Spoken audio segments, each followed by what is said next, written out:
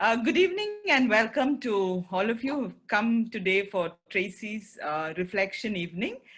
We've been having reflection every month over the past few months, and we've had some really good topics that we've been able to look at and discuss together, learn, and also look at ways and means through which we could address those issues. And so here we are today, once again coming together to discuss on something which is very important and pertinent as far as our country is concerned, and also as far as our church is concerned. And actually, when I say it's an important issue as far as the church is concerned, it also saddens me to say that, it should not have been an issue at all in the church.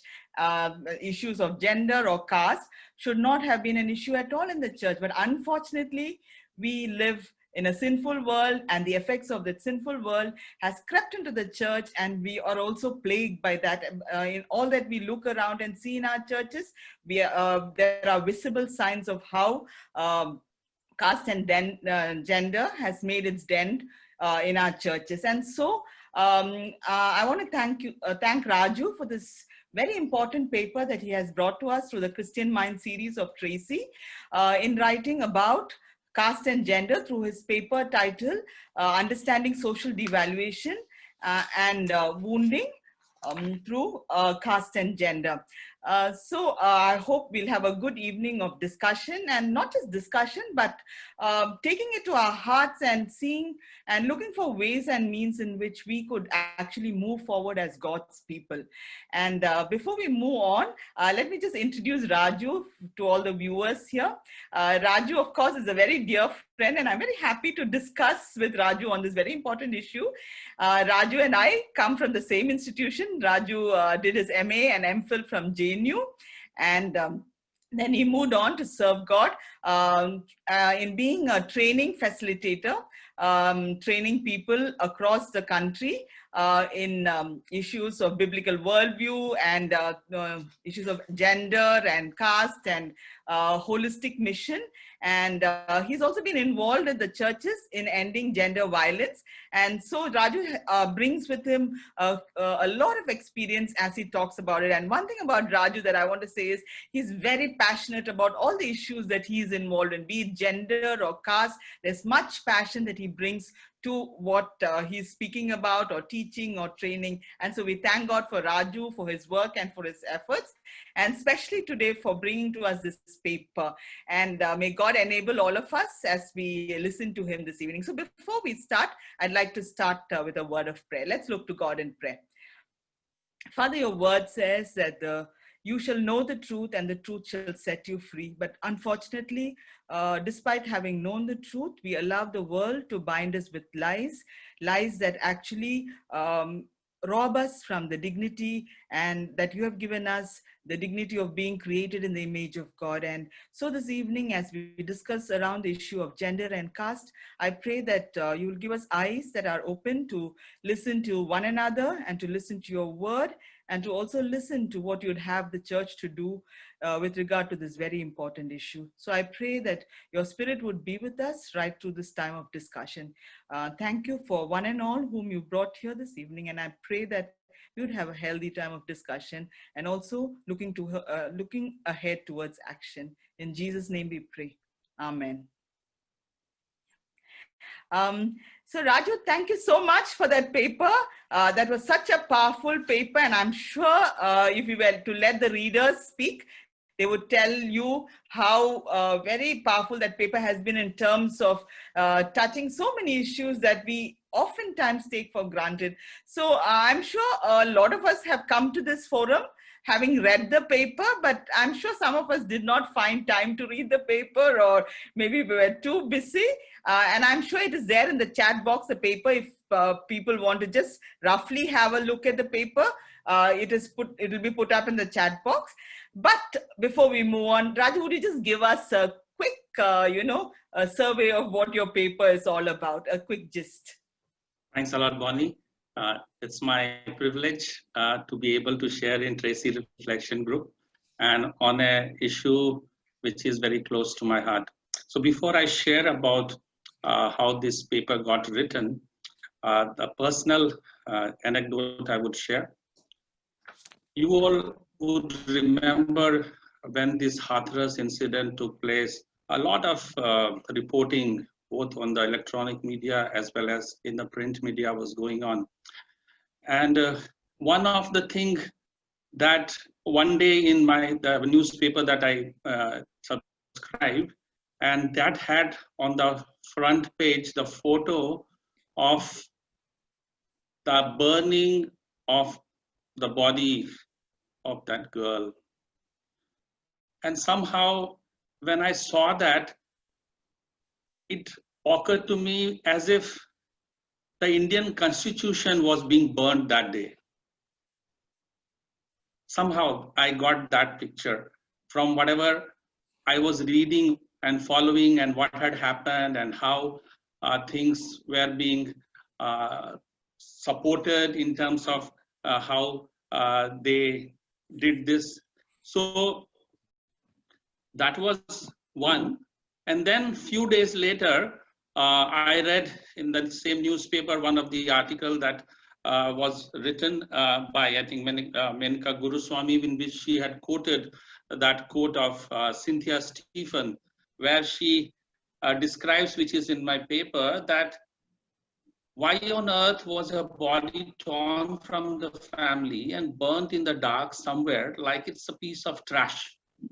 And that word trash again hit me. And I recognized that how a body of a lively person, girl who was full of life, and how the society can turn or see her as a trash being burnt, not even offered that dignity which is given of last according to the religious rights to the family. So when that also was snatched away, so that really hit me hard. And therefore, the key thing that I have tried to capture in this paper is the whole devaluation process. That how a person gets devalued. Now, devaluation, all of us are quite familiar. It happens on a very regular basis. But when devaluation takes place at such a large scale, it is not at just some groups of people. It is a huge population if we consider the country in which people have to suffer this devaluation. So that is the main issue I want to highlight, because I have, because of my engagement through my wife in the area of disability, and this approach of social devaluation which I have spoken, I have borrowed, because I learned while working in the field of disability, how the people with disability are devalued. And this theory, which was developed by Dr. Wolfensberger, was in the context of such devaluation taking place with people with mental intellectual disability specifically. But as we connect these, so I recognize that how a similar process takes place. So this approach basically provides us a theoretical framework, something which we have taken so granted that that is part of our Indian society. It's been going on for thousands of years, what we can do about it.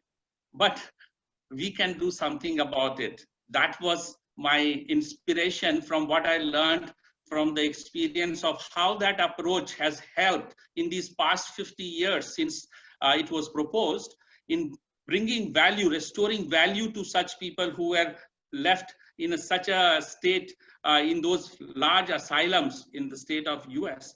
So I thought how we can use this approach to understand devaluation, because devaluation, when we see from this framework, it is a systematically designed. A certain group of people gets devalued over the period of time, and what means are used to do that devaluation, and what are the wounds that is going to occur in the people who are devalued. So those, because of my own engagement in the area of gender and also caste, I thought that fits in quite well, and how to learn from this approach so that how this framework is used in valuing people through this valued social roles, can we employ the same thing into the context of this caste and gender, that what we have talked about, the intersectionality of caste and gender, and also we can perhaps add the class into it.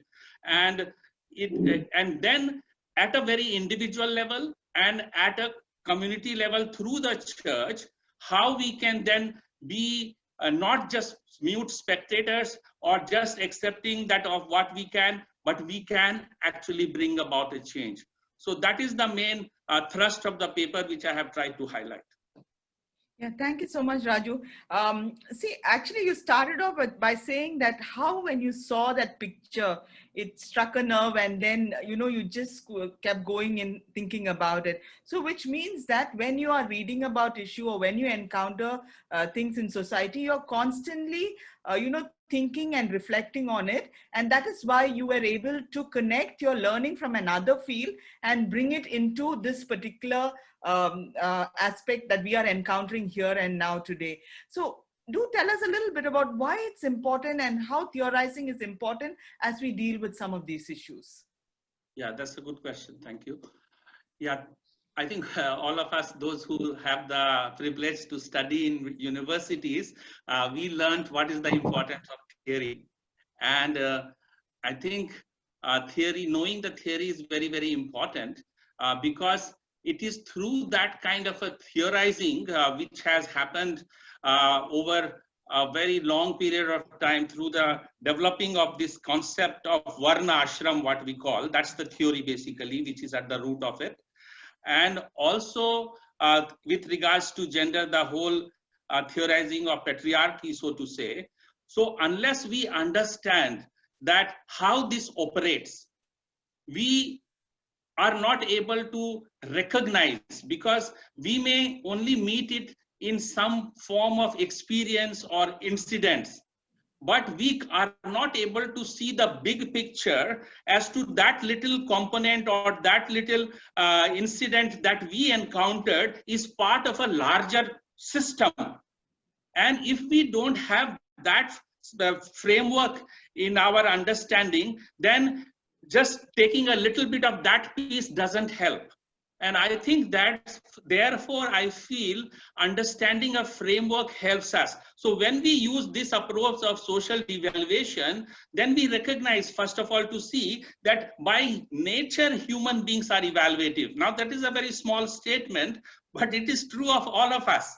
That all of us, when we are meeting people, when we are seeing things, we are constantly making an evaluation. Now that evaluation is either positive or negative, and that frames our response. So that is a very naturally who human. I was thinking that maybe that is one aspect of God creating us in his image, because God, when he created, we says Genesis account that he saw and it was good. So evaluating whatever he's seeing, that is part of God's nature. And therefore, we also, as human beings who are created in his image, we are also constantly evaluating things and people. But what happens in this approach, that when we are having evaluation of, like, this is what is called negative social judgment. So when we evaluate a person negatively, then it leads to devaluation. So then we will have to ask, why am I making that negative judgment about this person even before meeting? Just like as I gave the example, just knowing the name of a person, just maybe you see the list, admission list, and you see some names, and there you try to find out which surname, and then when you meet those students in the classroom, before even meeting them, even before even knowing them, you already have a negative judgment. And whether you will make friends with them, whether you will go and speak with them, all these are already formed. Now, all these are formed in our mind, not just like we were born like that, but again, it is part of the social formation. How in our own families, like for example, I was recollecting, I grew up in a family in which, of course, was a Christian family, and I was living at that time in early childhood in my grandparents' house. And first time that I remember, I was trying to recollect, where did I figure out? So there, we used to have one person who used to come weekly to clean the toilets. And and when after he finished his job, so they will be offered a tea or water, but that used to be kept a separate glass for that. So that question arose in my, why a separate glass? For others, whoever come, there is no separate glass. But why for this person, a separate glass is allotted and kept? So that was, as a child, I was thinking like those things, then when you ask, then they will tell, oh, he is this or this person, they will use that name, and therefore, so all these things are formed in the child's mind. Or when a child, without knowing, he's playing with his friends, but when he comes back and tells, then the parents will tell, oh, why you shouldn't be playing with these people, they are this. So all these are part of that formation, which leads to that negative judgment. And when we have those negative perception about that person, already we have devalued them in their mind. And when in the mind devaluation takes place, then all our relationships, all our behavior and action towards them is also on account of that devaluation. So this is a very core of it, and all of us are part of that. So therefore, I think knowing this theory is very, very helpful for each one of us. Yeah, absolutely. Yeah, because you have made for us a framework of analysis. Not that we don't have other frameworks in which we see it, but I think this particular framework that you are bringing into the whole discussion is also very important, because you're systematically devaluing people. And so when we have this framework, we also like quickly become, we are able to recognize the fact that we are doing something like this. And so what happens, it also turns each one of us inward to say that where are the points in which we may be also guilty of doing such a thing. Yeah, so I guess like for all of us who are listening here, that framework helps us analyze one's own self as well. So Raju, when we say devaluation, and you also given some personal examples as well. So we devalue people, and we very seldom realize that actually we are wounding them. Can you talk a little bit about that, about how devaluation wounds people? Yeah, thank you. Yeah, just to the comment that you made, the picture that comes to my mind is showing ourselves the mirror. So when we see ourselves in the mirror, so why we don't do anything about when we listen or when we hear these things or when we encounter is because we think it's not my problem.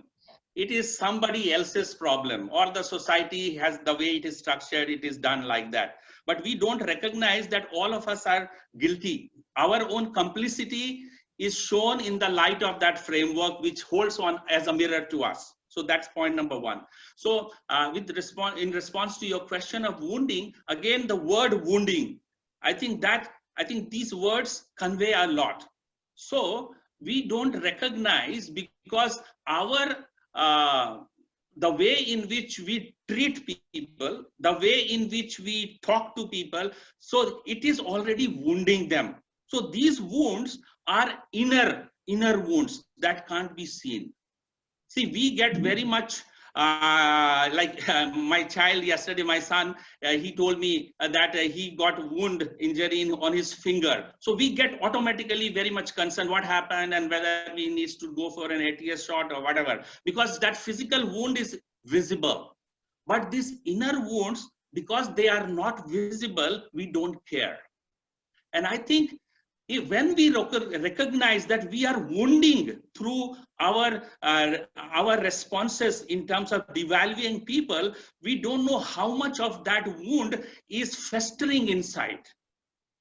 And when a wound festers both in a personal level that we are aware, and those of us perhaps who have experienced and faced this kind of a wounding, I'm sure if not on caste, on gender, so many women who are present, they would be carrying so much of those wounds. And those wounds don't remain inside of us, they somehow get expressed in terms of the depression, in terms of the lower self-esteem, in terms of a retaliation or a revengeful attitude, because those wounds will cause consequences. And when a whole society, see, we are just talking about a person, But when we are wounding at such a large mass scale to an entire community, what kind of a problem it will lead into the society? And that is what we are seeing now. We are seeing what has happened to our country, but we don't recognize those inner wounds which we have caused in the women and in the people with the lower caste. This is, we have to recognize and introspect that we all are guilty of what we see now in the society. Yeah, you gave a very good example, actually, the consequence of a wound. And I realized that even if we were to apply that to ourselves, supposing you have a wound, there's a certain way you'll hold your hand or a certain way you'll walk because of that wound. And I think that is the same thing that we also see, that you talked about a list of things that happens when you wound. Can you just run us through that list of things that happen when somebody is wounded?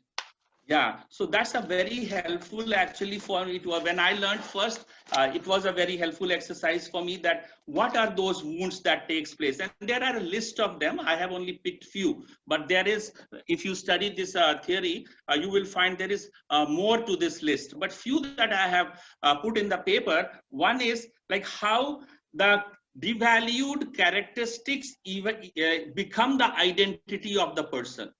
What does that mean? That means when we meet a person, we are meeting a person who has or her their own identity. But what happens, the devalued characteristic in the case of women, it is her gender. So when we meet a woman already devalued, either in terms of an object of desire or lust, or somebody whom we consider that she is like a पैरों की जूती और जिसके दिमाग टखने में, so those kind of a view already takes place in the mind. So in that sense, even before meeting that person, knowing who he is, how much she is educated, and what are the gifts and qualities that she has, we have already judged her as a woman. So again, if a woman is taken into the board of a whatever organization, and then somebody, oh, one another woman. Or same way, in terms of the caste category. So what happens, as you know, that when a person, let's say on the basis of reservation, now appointments are done, and if a person who is appointed and they come to know that, they will say, oh, he's a quota man, and they have various terminologies for that we all are familiar with. So in that case, even without evaluating that person, that how much he can deliver, he or she can deliver into the job, whether he has those skills that he brings with him or her, we already judge him only on the basis of that devalued characteristics of the caste. So that is how the identity, that label becomes the person. So we don't see the person, we only see the label. Second one is that how relegated to a social status. So the wounding, like already you have put them through various associations that they don't belong to your category, to your level. They are at a lower hierarchy. So this whole caste system is basically a system of hierarchy. So where somebody is at a high and somebody is at a low. So the one who is at low, naturally, they will have a lower status. They won't have that esteem. And because of those lower, there are other things like how it says the wounding in terms of they will experience constant rejection on that ground. And that is the very sad thing, how the students, especially, you might have read of so much, this rejection, those who come to the college, those who come to the university, because we were also experiencing that, many of our friends who come from such background, how they will be seen by the others in the student community.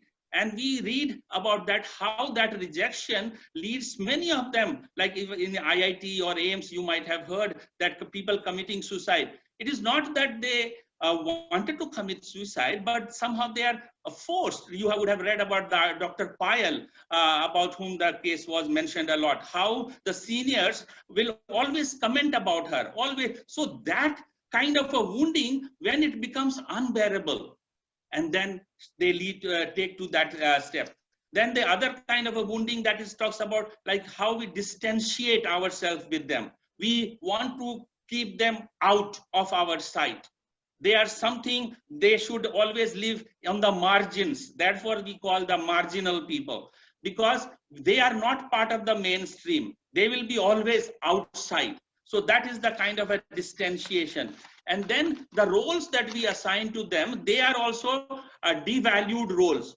So for example, like even in the churches, we are all familiar how certain roles are reserved. Like if a woman, even if you want to give her a role, she will be either taking Sunday school, or she will be doing by organizing the church fete, or she will be maybe making something when some event is held, so they will bring cooked items from home. So all this, so these are the roles only for which a woman is considered fit. However, she may be a professor, she may be a scientist, she may be whatever IAS officer, but in the church, her label is, because she is a woman, she is fit only for those jobs. So that is the kind of wounding I'm talking about. Yeah. Raju, you already moved into the area of church, and I know some other terms also we have to look at, but our time is also moving fast. So I think before we come back to social role valorization, I think we look a bit at the church as well before we, come to the main thing of how we solve the whole issue, or look at ways in which we can find solution to it. So because you touched on the church, it's sadly a reflection that the society has gone ahead of the church in terms of valuing women with roles of importance, whereas the church doesn't see her as fit. But before we go to the women, I would like you to focus on how a devaluation of caste happens in the church. Yeah. So thank you very much. See, devaluation of caste is not so much talked about. And this is again a taboo subject. We don't, but I think some statistics will be helpful. As per some of the surveys which are being done, which have been done earlier, they say let's say 70 to 80% of the members, even it could be more, but I'm taking a conservative estimate. Let's say 70 to 80% of the members in the church actually come from this lower caste background. But when you go into the priesthood, or whatever, in cases a non-denominational pastor, or so in those you would find or in the denominational churches in terms of the bishops. So those kind of surveys have been done, even in the case of South India, the diocese, etc. I am aware of a survey which was done among the Catholic dioceses, and they could not find with much difficulty like somebody from a Dalit background who has been appointed as a bishop. Now, of course, we can name some, but this research was done about a decade or two ago. So that is in terms of the leadership positions, we don't find them. So that is in the church context. But also, as we know that though in North India, perhaps we don't encounter that much, but we have heard from our friends in southern part of India that how even in the church services, it is churches are based or formed on the basis of caste. So there will be like a Pulaya church will be separate, or a Mahala church will be separate, or that kind of a Parya. So that kind of the other people, they because they don't want to have a worship service together with them, they have said, okay, you have your own service at some other time, we will do at other time. In places where these kind of things are not done, but they will have a mixed congregation, but they are also in how they are treated in terms of the Holy Communion, or all those, or even in the graveyard. So these are also the realities of our church. That is sadly reality, and a lot of even documentaries have been made about this, so I don't need to dwell much upon that. I think we all are aware that even at the church community level, it is practiced. And then the other thing, the most common level, I think all of us can relate, even if we are all very evangelicals and all, but it comes at the time of marriage. So when you are seeking alliance for your son or a daughter, the first criteria becomes to, okay, what caste he or she belongs to. So therefore, I think this caste affects every sphere of our society, And sadly, even the religious sphere, and sadly, within the religious sphere, even religions who were considered to be equal, like believing in equality, like Christianity, Sikhism, Islam. So they also have the same problem. Yeah. Raju, you touched upon some of the issues that the church is facing with regard to caste and gender. But I want you to focus again on that once again, to say that, to talk about how, we take pride in our caste of, identities in the church. Can you talk a bit about it? It's such a shameful thing, and yet we take pride in our caste identities. Yeah, thanks. So that is the other side of the coin. Like, as you might have heard in many testimonies, especially for people who are coming from other faith background. So you would remember this terminology that I come from a Brahmin background. So somehow that is the positioning. So though now I have become a disciple of Christ, but I am taking the glory. I don't want to give away the glory that actually I belong to the Brahmin caste. So what does that mean? Therefore, as if sometime I think whether they are doing a great, a great condescension of, or a great favor, sorry. Are they doing a great favor to Christ by becoming a disciple of Christ? So that kind of a things also, and we tend to also celebrate. It is not only that person, but we will also take pride that we have people from this Brahmin background or this higher caste background. So that is also part of the thing. And don't just think in terms of these higher denominational churches. We had worked in some of the UP villages in working with churches who are very, very grassroots in the village level, and people, most of them are coming from the other faith backgrounds. But even there, of course, there may not be people, members, or believers from a high caste background much in number there. So there, the hierarchy becomes, I am from the OBC background, so I will consider myself higher, and they are from the Dalit background, so they are still in the ladder very lower. And we had very interesting testimonies by people as through our engagement, how that change of thinking took place in their mind. So we had encouraged through our program to have some kind of events, to have shared meals. Because otherwise, they told that even when they had their Bible study or prayer meeting, so they used to keep separate plates for people from the Dalit background. But once they started to become aware of this and they recognize that this is not Christian behavior, this is actually sinful. So then they confessed that we also were having this attitude in our mind, but thanks that you have shared with us, and now we have done away with this kind of a separate vessels for these people. So that is what I was thinking in my mind. Another thing also that I want to highlight is, Raju, how, of course, believers and lay leaders, or people who have just come to the faith, having some of these things, and you trying to encourage them to change is one thing. But on the other hand, is leaders of the church, theologians, who actually value satanic parameters. I think the church has to realize that when we highlight a certain parameter which is totally satanic, and yet take credibility for that, so I was thinking of Romans 12, where it says, don't let the world squeeze you into its mold, but rather reject their pattern. But here is one pattern we are taking so much pride in, so that is where, we are not constantly telling the church that, this is satanic. You have very clearly brought out in your paper that, these are lies, and these are what Satan has robbed the church of. So clearly it is satanic. Today, nobody takes pride in being a slave owner in the US. They hang their heads in shame if they were to be found from a descendant of a slave owner, and they repent about it. But on the other hand, in the church, we take much pride on where we come from. What is our roots? Where did we, descend from? So would you speak a bit about that? Yeah, thanks, Bonnie. I think that you have raised a very important point. And that has been the failure of the church. I think Dr. Ambedkar, if you read his writing, he very clearly, as I was reading, I felt so much convicted, and how he had done a thorough study of, and therefore when he writes, he talks about why the church in this kind of a state.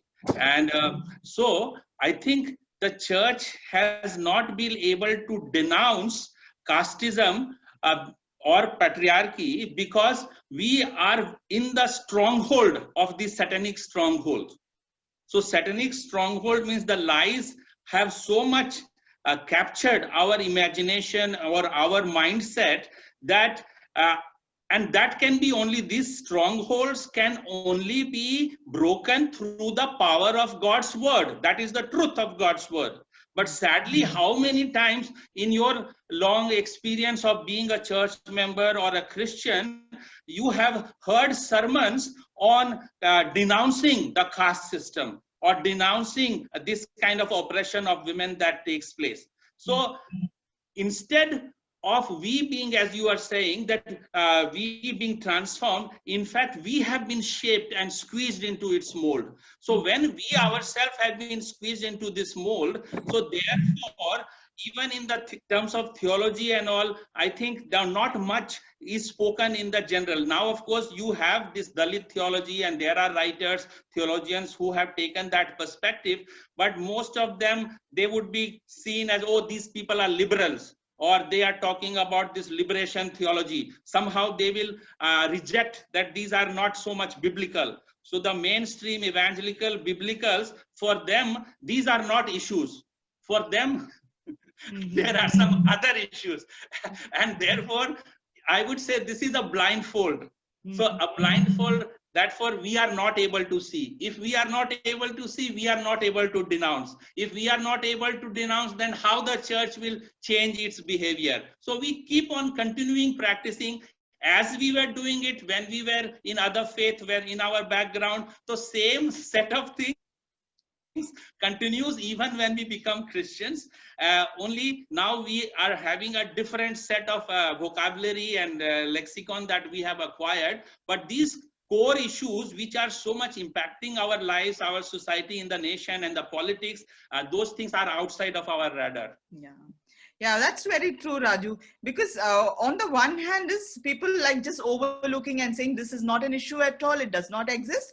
And on the other hand are also leaders, which I want to also highlight this. On the other end are also leaders who are concerned about caste issues and talk about it in the church. But a litmus test for such leaders is the fact that at the end of championing the cause of the Dalit, they very clearly try to communicate that they are not Dalits themselves. You know, that is a litmus test, because you are not truly believing what you're championing. You know, if you believe that there was no caste division, if you believe that all of us were equal, you wouldn't mind, yes, I'm a Dalit as well. That would be a stand that one would take. But oftentimes, you know, it is a very condescending way, or a kind of patronizing way in which we, in many forums, the leaders who champion the cause of equality deal with the issue. Will you say a few things about that? Yeah. So I think it is also what you say is true, but maybe the reason for this is the whole aspect of shaming. And why we don't want to identify ourselves is because somehow we are also bought into this, like, because we have also internalized it. So somehow, though I'm a champion and I speak, but I may not want to say that I am also from the same background. And my people are also coming from such lower caste only. So that is a person has difficulty to accept because of the shaming that is associated with that. And when the British came and a lot of people who became Christians, what had happened, that they brought them into the mission compounds. So that became another ghetto of Christians, and they were given Christian names. So therefore, the earlier whatever surnames were there by which they were known from those backgrounds. So now because there was a Christian name, so nobody will know, at least in the next generations of people. So they also have been cut off from those roots. So I think it is also an issue of rootlessness. So many of us may not be aware of our own identity. I think you had written a paper, I remember, in Tracy Reflection about Moses. And Moses actually identified, though he was raised in the palace, though he was treated as a prince of Egypt, but he never forgot his roots. And he knew that whether he is now having so much of power and he is able to enjoy the glory of the palace, but he could identify that I am a Hebrew and my people are slaves in this country under this royalty. And therefore, he had in his heart to do something about that, and in which he ended up murdering a person. But then God also dealt with him, and then later on how he used him to liberate his own people. But what the point I'm trying to make of identification. So I think that identification which you are saying is very, very important. So somehow this rootlessness has been caused by this mission compound mentality and cutting off the relationship of the people who become new believers from their community. And therefore, they seem to, in a sense, enjoy in that what they consider a glorious position, which is not marred by the caste. But they do not know that for the rest of the community, even when we have become a Christians, they consider us as a lower caste only. So that is the how we will be treated. That reality. Yeah, Raju, I think we are again running out of our time. So I want to bring you back to the social role valorization that you talked about in your paper, and how you see that as an answer to some of these issues that we have been talking about. Would you? Thank you very much. Yeah, that's a very important point, because devaluation we are, but then what's the way out? So I see when I read this valorization, which is basically restoring back the value or valuing a person, or what has been snatched away, that is again giving back. So that is how that role valorization takes place. And when I was reflecting upon this, so I recognized actually the whole biblical narrative is about the act of valorization. Actually, God, in the first chapter of Genesis itself, when he created human beings in his image, it's a great valorizing act. Who are we? We are from the dust. But to them, he makes the regent over rest of his creation. And that is what we need to, that is God's valorizing human beings. That is at the core of our faith. And we see throughout the biblical narrative that how sin and Satan robs us of our this God-given dignity. But God's plan of redemption is basically restoring them back that dignity. The whole slavery in Egypt, you can recognize that as an example, how 430 years of slavery, that they have become so much internalized that they considered themselves, these are God's people, God's chosen people from Abraham, that God had made covenant. But now, because of historical, political reasons, that now they are in a subjugated state of oppression, where they had become serving as slaves for so many years, and that they too also had internalized themselves. They had accepted that as part of their fate, as many people here in our country, oh, this is our lot, ये मेरे माथे में नसीब में लिखा है, what we can do, ये हमारे कर्म का फल है, all these. But then we see in that, when they pleaded to God, when they cried out to God, and God had mercy, and God acts upon them, he sends out a deliverer. So God's act of redemption from this position of slavery is an act of redemption, is an act of valorization. So God had to deal very long years from these slave people to again make them feel that those, God says that who you were no people, now people become people of God. So that is the act of valorization. And same way, when you come back to the New Testament and Jesus' whole ministry, as I was trying to put some examples, Jesus' ministry, if you see what Satan had taken away, he's valorizing those. Satan has reduced them to those kind of a stereotypical roles in the society because of their background, because of their gender. And you see how Christ is challenging those. And Christ is in a very personal basis, but also he is actually challenging those theoretical paradigms when he gives those valued roles to the women, when he gives valued role to the rejects of the society, as I have given example. So what else he's doing but valorizing?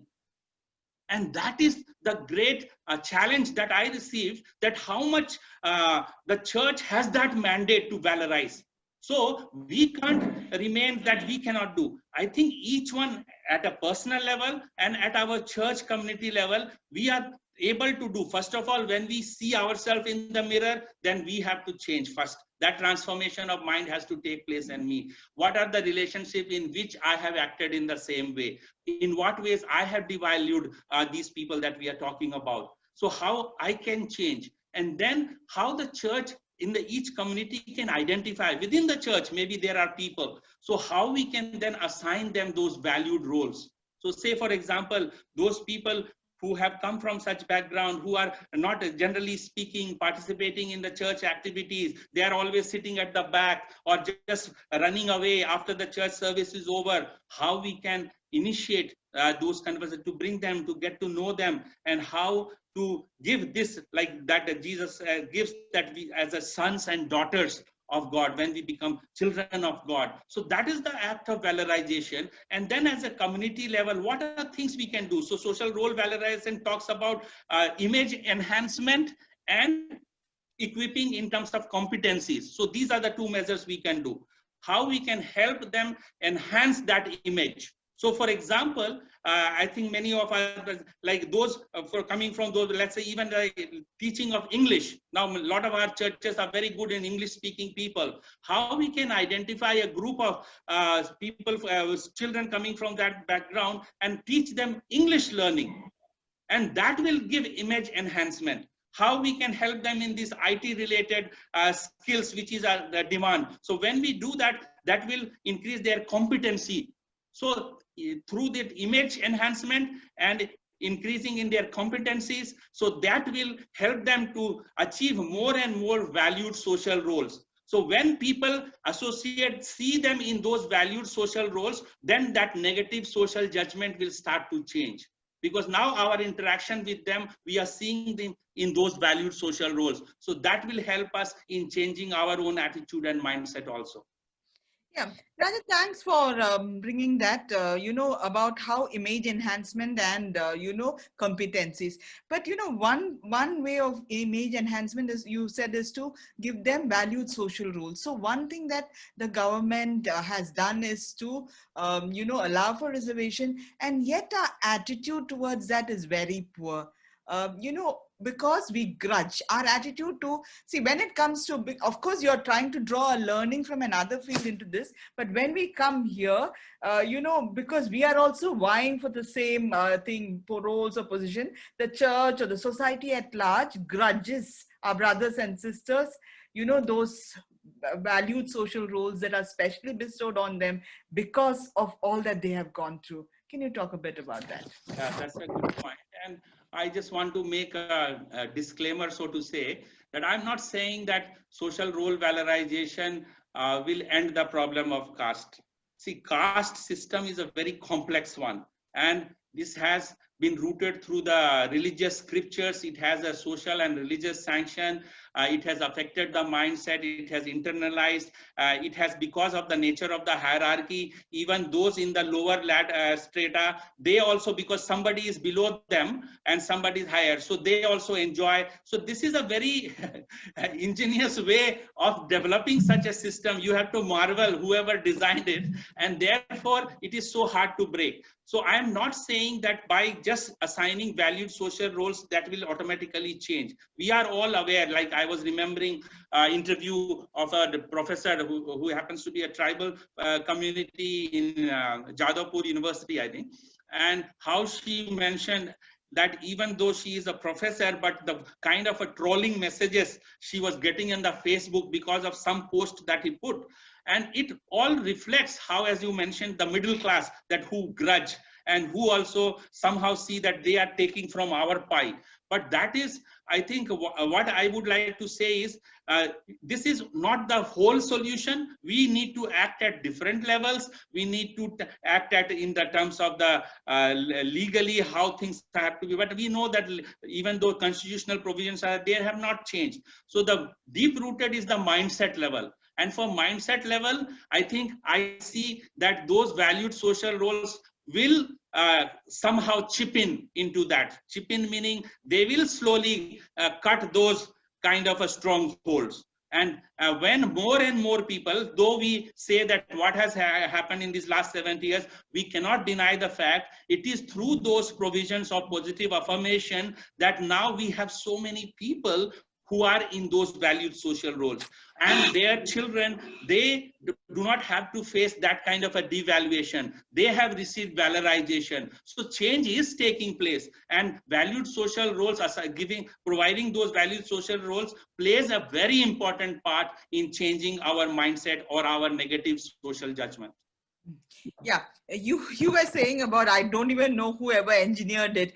I always think of the message of Paul when he says that, we are one body, and in the body are different roles and aspects, and so he uses the image of the body to talk about the unity of the church. And yet the fallen world uses the image of the body to propagate the lie of the Satan to divide. So I guess that as God's people, if we were to follow caste and we were to take pride in certain caste, then we are actually giving into the fallenness of the world, again and again and again, without, realizing that there is no Jew, there is no Greek, there is no slave or free man in, Christ, and he has united all of us. So, Raju, can we come to how can the church and Christians practically think of, some of the ways in which to valorize people?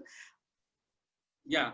So I think I did mention about that it is first will happen at a personal level. Just to give you an example, how in the field of disability that they have done this. So how those people affected with disability, how they are also devalued and all that. But I see so much of enthusiasm in the people among the disability activists when they learn about this. And when they see of this social role valorization in the last 2 or 3 years, I have seen how much is being changed through them getting enlightened with this framework.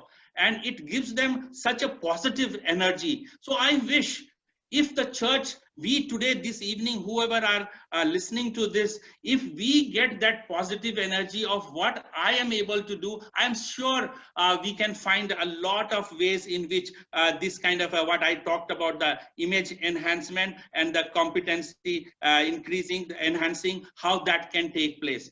And I think for each group of people that we work with, it could be different. But I think it may, like just for practical examples, I would say, like, let's say, what are the valued roles in the church setting? Like, of course, church is a very small community that we take part on a weekly basis. In that, what are some of the valued roles? So the valued roles are being part of the deacons or elders or pastors or preachers. So do we get people from this group who are what we have talked about, caste and gender? Are they given those roles, valued roles? Are they part of the pastorate committees? So these are some things that we will have to see. And then similarly, then identifying those who are facing this kind of a devaluation, then what are the things that we can do towards image enhancement and capacity building in that person that will then bring about that kind of more opportunities to get into these valued roles. So I think that is the framework in which I see, and I think this is quite simple enough that each one of us can identify in our own context what that would be. I think we have discussed long enough on the many things that your paper touched upon. I think we can now open the, stage for questions. I encourage all of you all to ask your questions either in the chat box, or you can unmute yourself and ask questions. We have still half an hour to run through questions or comments or any inputs that you want to have. It's definitely a very, burning and hot issue, and I'm sure there are lots of us who agree, disagree with whatever we have said. So please feel free to make your comments and questions. We have Sunil Sarkar raising his hand. Yes. I just want to thank you, Brother Raj Mandal and Sister Bonnie, to lead such a beautiful discussion, which is very prophetic in nature and also enlightening. I'm grateful that there are people who are recognizing that this is the problem. The caste itself, except upper caste, is a wound. If you call Mahar, Mahar is wound. If you call Balmiki, Balmiki is wound. This whole nature of caste, and you know where it comes from. It comes from evil one. We know all of that. No human being can do this. They are not that bright. This is the coming from the pit of the hell, and an answer is in the gospel of Jesus Christ. Church may not be the answer. Church have the answer, but church may not act as the answer. So Martin Luther King Jr. was 7th generation pastor. In his 6th generation, they didn't get it. He got it. So it's not that now hundreds of generations have passed, and our people from South India, especially Kerala people, they are yet to repent of the sin that they have committed. The one Brahmin who gave the Advaita philosophy from Kerala is still working, but not one Christian from that community has literally called this issue, and instead of identifying as Jesus identified with the lowest of low, or Moses knowing lowest of low of his people, we always want to identify with my father was such and such high or such and such low, or I come from this and that. So unless, like Jesus, we identify with the lowest of low, in this case, it's a lower caste or OBC or Dalits or all, we are not going anywhere. And that's why, and not saying that we are all sinners is a general statement, but then we come from the same background, and we are from the same dust, as our brother said. So I just want to, it's such a refreshing to hear this discussion, and it has got a long way to go, but we are going to get there. Amen. Because Jesus Amen. in this. And I just want to encourage Raju to continue to do writing, and we'll get more and more people, and we have to change the theology of this country. And I think Tracy is right in the middle of that. So I just want to thank you and appreciate.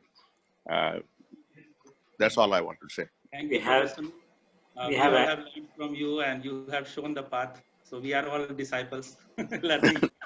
Thank- We are all Guru Bhai. We are only one Guru. Yeah, one Guru, yes. Yes. Yeah, thank you for your encouraging words, Brother Sunil Sardar. I think Abraham Dennison has raised his hand. Go ahead, Abraham.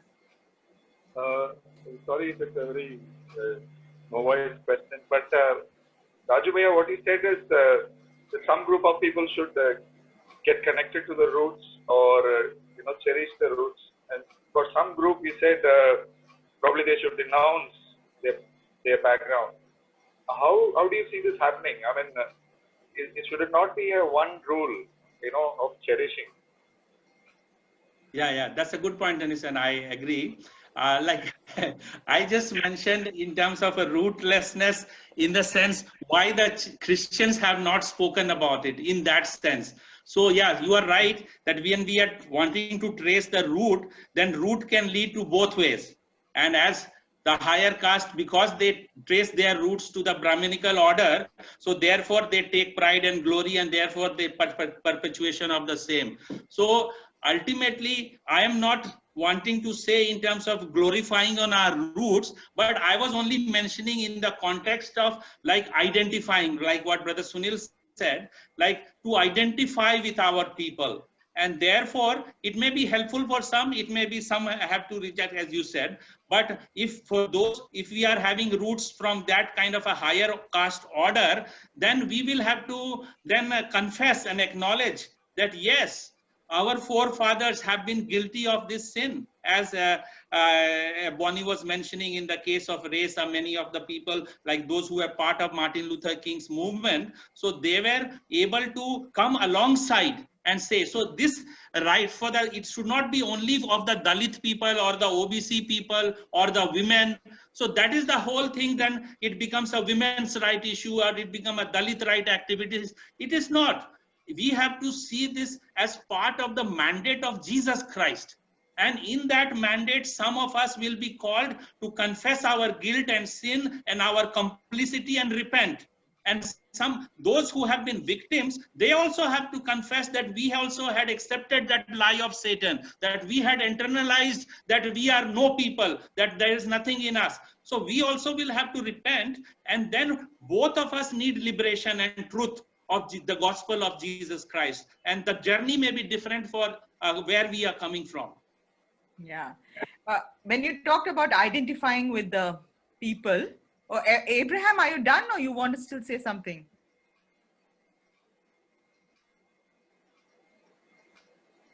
No, thank you. Thank you. Yeah. So I mean, I am going back to what Brother Sunil Sardar and Raju were saying in identifying with the people. I was just remembering how in JNU, when in 2016 Umar Khalid was not found, everybody put masks and said, I am Umar Khalid, I am Umar Khalid. I think it's time the Church of God also, all of us said we are all Dalits. I mean, and take pride in that Dalit glories, that all of us are Dalits, and so, you know, break that hierarchy and the caste, you know, structuring that is there. There's a question in the chat box from Gideon Balasingham. It says several political Dalit Christians turned to Buddhism to reinstate their indigeneity. How should one respond to this from a Christian theological perspective, especially how should caste Christians respond? Yeah, so I think even Dr. Ambedkar, before he made that decision to convert to Buddhism, I think because he didn't find among the Christians of people whom he was relating to, or even in the way he had been very deeply observing, both in his study in US and even in India. So he had been a deep observant of how the Christianity and the practitioners of Christianity practice with regards to caste. And therefore, he found that somehow they are one of the thing, again, that rootlessness, he also points out that because of this kind of a ghettoization, even in the constitutional framework or in the whole process, Christians were not given any kind of a place. So he says, because somehow we have been cut off, we do not associate ourselves with the part of the national discourse. See, one of the things I think maybe also because this whole sacred secular dichotomy in which we have taken our Christian discipleship only a very pure spiritual terms. So all these issues, they fall under the secular, so-called secular.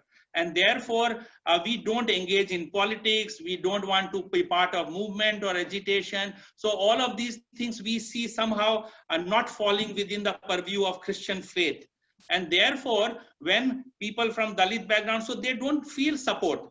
This whole question of those people who have become Christians from Dalit background and how the constitution discriminates against them, that they take away that privilege of reservation which is available while they remain Hindu, but when they become Christian, so they are suddenly deprived of.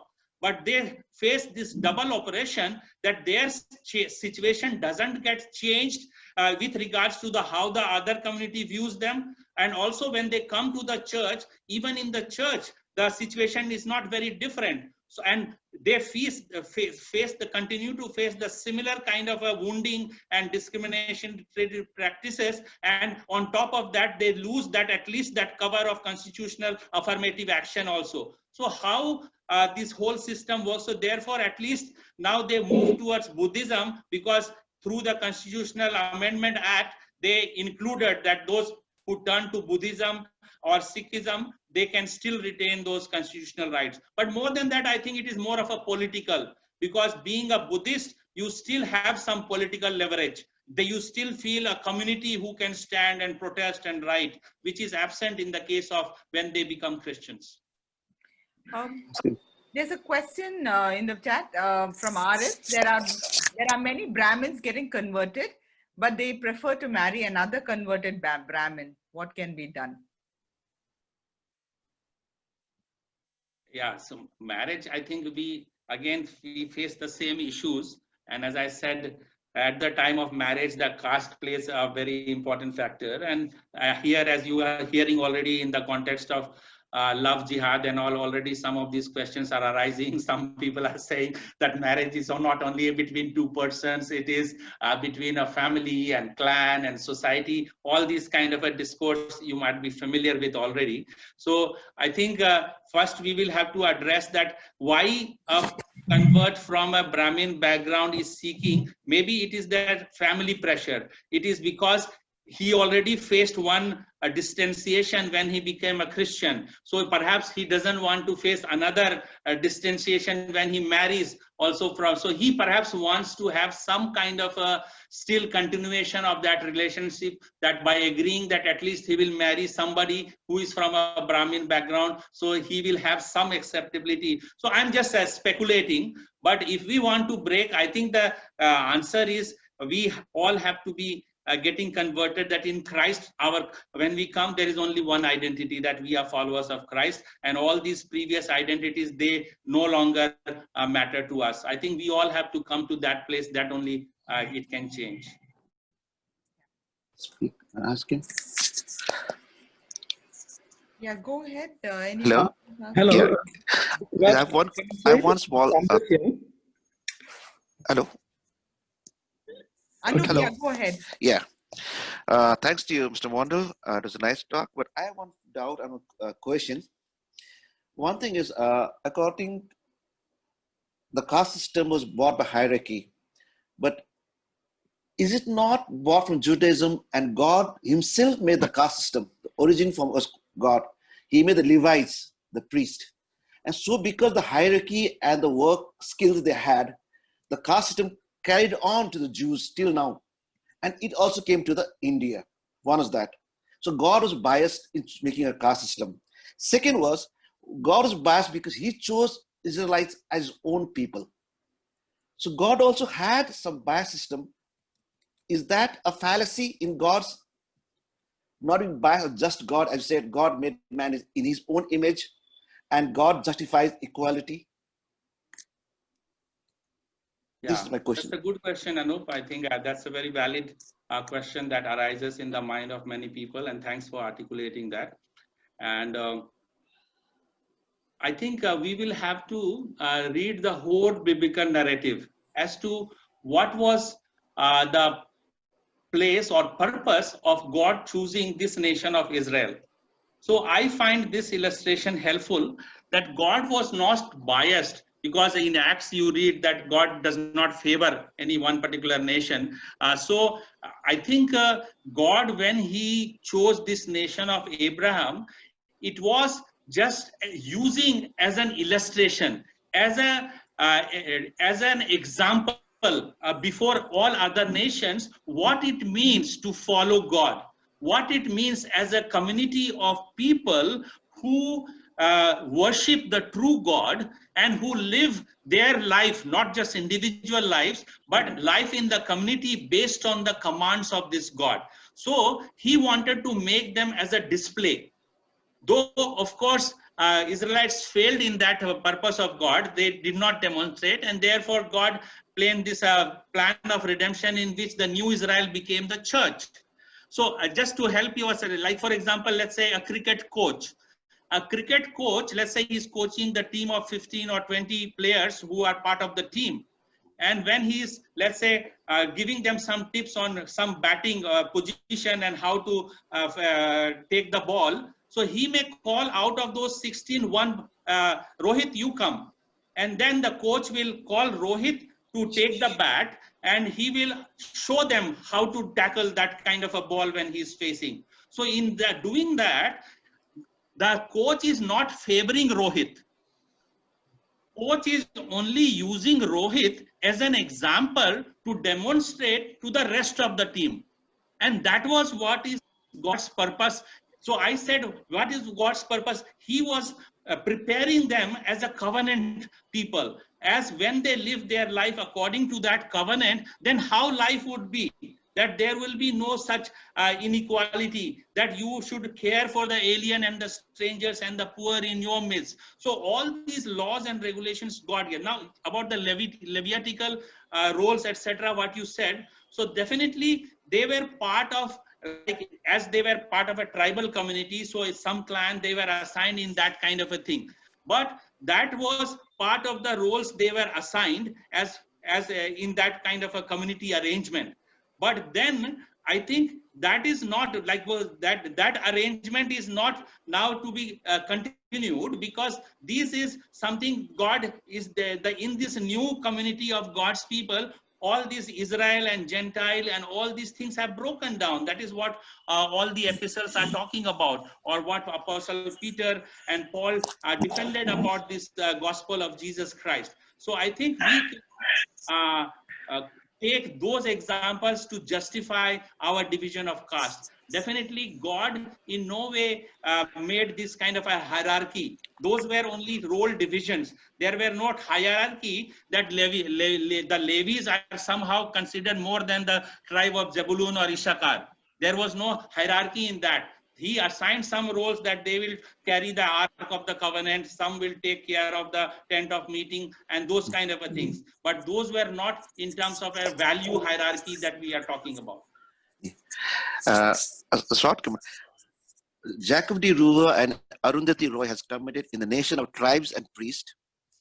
The caste hierarchy started from in Judaism, and the root cause, as you said, it started by God himself, because the Brahmanism came from the Judaism. They learned from it because of the skills and the post what they held into it.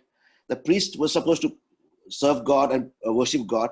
So that's how it came down to a division of people. Started from Judaism only. That's how we Indians also learned the same thing from Judaism.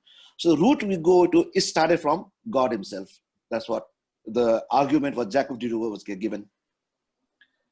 Yeah, I can understand that line of argument, but perhaps it will need a more further study of the whole revelation of God's word and how those things play out. So yeah, I take your point that some people will take that line and blame it on God, that God is the one. But I think if we look at how from the creation account, what is the place of Israel in God's plan of redemption, and how then the plan of salvation in Jesus Christ and redemption, and then the new creation. So when you take this big sweep of the biblical narrative, then perhaps those kind of ideas we may be able to dispel. Thank you very much, sir. There's a question from Gideon Balasingham. Today's Dalit Christian discourse is about assertion of Dalit identity, sometimes superseding their Christian identity. The upper caste Christians, in response, often trying to accommodate Dalits with a patronizing and condescending tone, is seen as epistemic violence. Shouldn't upper caste Christians prioritize passing the mic rather than trying to speak on behalf of the Dalits? Yeah, that's true. I will agree to the last part what you're saying. So handing over the thing to the people who are affected. So that is always the best thing to do. And we in no way seem to suggest that we are trying to be that kind of a patronizing, or I think definitely those oppressed people, they have the leadership role. We only come alongside recognizing that leadership role and stand together. So I think that is the call for the church. And it is not this versus this. So I understand this, what you're talking about, Dalit assertions of Dalit identity. So that will happen in any movement of assertion of their own rights, because they have been crushed for so long. So that will play out in that kind of a, I want to claim my right. So that can sometime play out in this kind of an identity that I now start to take pride in my Dalit identity. So ultimately, as I mentioned, it is not, all these can play out only in the kingdom, gospel of the kingdom, because now the rich, what Paul says, that the rich does not boast on what he has, but to see himself as poor. Or the one who was free, let us not glory in his freedom, but now he's slave in Christ. So in Christ, all our previous identity associations and the glory we take of that identity undergoes a transformative change. And that will have to take place both for the Dalit as oppressed people and also for the upper caste as the oppressor community people. So I would say that both need that kind of a transformative change, but the onus and responsibility, because the oppressed class, we cannot only see it is their fight or their struggle. Any change has only taken place, if you look at history, it is not only those who were, let's say, for slavery. So it is not only the Spartacus or all those slaves who rebelled against that, or those who took kind of against the whole system of slavery. It is when people like William Wilberforce, who is a parliamentarian, and when he brings the bill into the parliament, and when that is passed, and not only by himself, but because he creates such a caucus of group of supporters who are writing in the media, who are speaking, who are leaders in the church. So when such a critical mass is created in the society, then only change will take place. And that will not take place only by the suppressed group. The suppressors have to accept their responsibility and come alongside with the leadership of the suppressed groups in claiming those rights. There's a question from Binesh Gopalan. I think interesting discussion, but caste is identity of India. What can one do to do away with this system? Honestly, is there any hope that will end in our country? Churches in South India almost still identify with the root caste. People still discriminate in the church. How can this change? What does Tracy do to end this? I go to a huge AG church in which one of the pastor is son of top Hindu priest and mentions this at every opportunity. The word upper caste Christian in itself is a denial. How can one be a Christian when still have this class divide on the basis of caste? These have come in two sections, yeah. Yeah, very much appreciate your question, and you are very right. And but I think we all are hopeful people, because faith, love, and hope, these three will remain.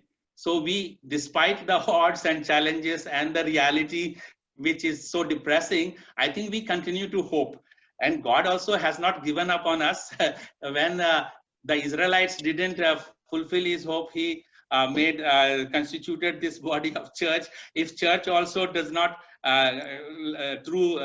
stands true to his hopes and expectation, God will raise somebody else. But I think we all will miss out on the role that God has given. So I think we need not be discouraged saying this will go on. I think change is taking place. We should recognize, and all of us have a sphere of influence where we can change. Each one in our own family circles, in our own friend circle, in our own church community, let's say not allowed in the church, but in your Bible study groups or cell groups, you can talk about these. Nobody will take away that right from you. And when each one of us get transformed, I think we are making a small part of that circle, that we are part of change. And with those circles only India will change. If you see the India of 16th, 17th century and what is it now, definitely it has changed. We cannot deny that a status of people belonging to the Dalit community, what was in 19th century India and what is it now, definitely we have made headway. So don't be discouraged. I think we have to remain hopeful and keep pressing on. And more we join together our hands, I think we will be able to reclaim more ground, break those strongholds with the truth of God's word. Yeah, one last question if anybody has. There are 2 new messages in the chat box. Yeah, this is Amrit here. If I may go ahead with my question. Yeah, please do, Amrit. Yeah, thank you, Raj, for the talk. You know, listening to you, I was getting the impression that, you know, you were proposing something like, you know, to rephrase M.M. Thomas's phrase, it's like redemption or salvation as valorization, you know, because M.M. Thomas also spoke about dehumanization and humanization. And it's something like along the lines of what, you know, Wolfensberger was saying. But then one word which has been conspicuous by its absence is the word human. I mean, I do understand that we need to be concerned about people who are at the so-called lower rungs of society. But don't you think we need to come out of this binary between upper class, lower class, male, female, black, white, etc.? Because when we engage a concept like SRV, or valorization, which is very good, and I really appreciate you for doing that, because we need to have a lot of socio-theological engagements. But then I think what we should be actually aiming at is how to reimagine the biblical teaching of what does it mean to be human. And I think it's in that process that we will learn to transcend our so-called particularities for which we are not to be faulted, but at the same time to celebrate that difference, which finds its unity by this phrase called in Christ, firstly. Secondly, I was just thinking, when we speak of valorization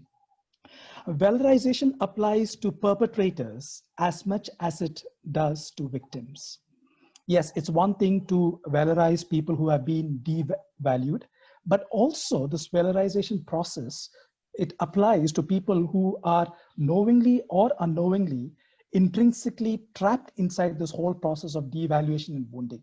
So what is our responsibility by way of transcending these binaries to minister to people like this also in the name of Christ? So this is where I think another scope for what your paper has been presenting, which is really excellent, is this whole process of reimagining the church as a valorizing community.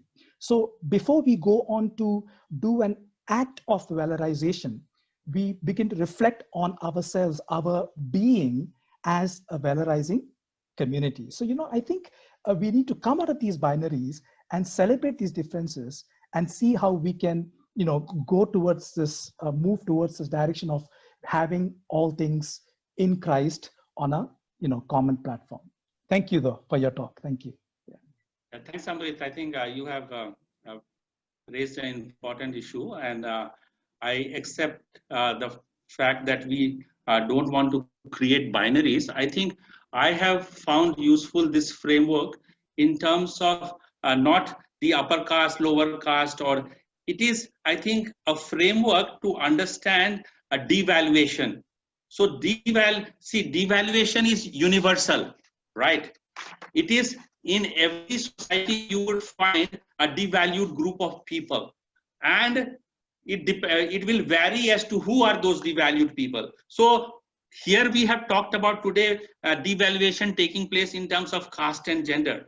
But this devalued group of people are also, as I mentioned, people with disabilities, the elderly, or the people who may be having a particular trait, like who are. So there are different kind of groups of people who get devalued. So this framework is useful. Like, we don't want in any society to have devalued people. That is the part of human identity. Though, as you said, it may not have been mentioned as a human term, but that is the whole thing. When we talk about devalue means what? Like, it is in our social judgment of another person where we have not considered the human worth, or we have robbed that human person of that value because of the deviancy we created in our mind, or the devalued characteristic that we have assigned in our mind. So therefore, I think this valorization is very much, as I said, very much intrinsic to our faith, because of the very act of our creation as human beings,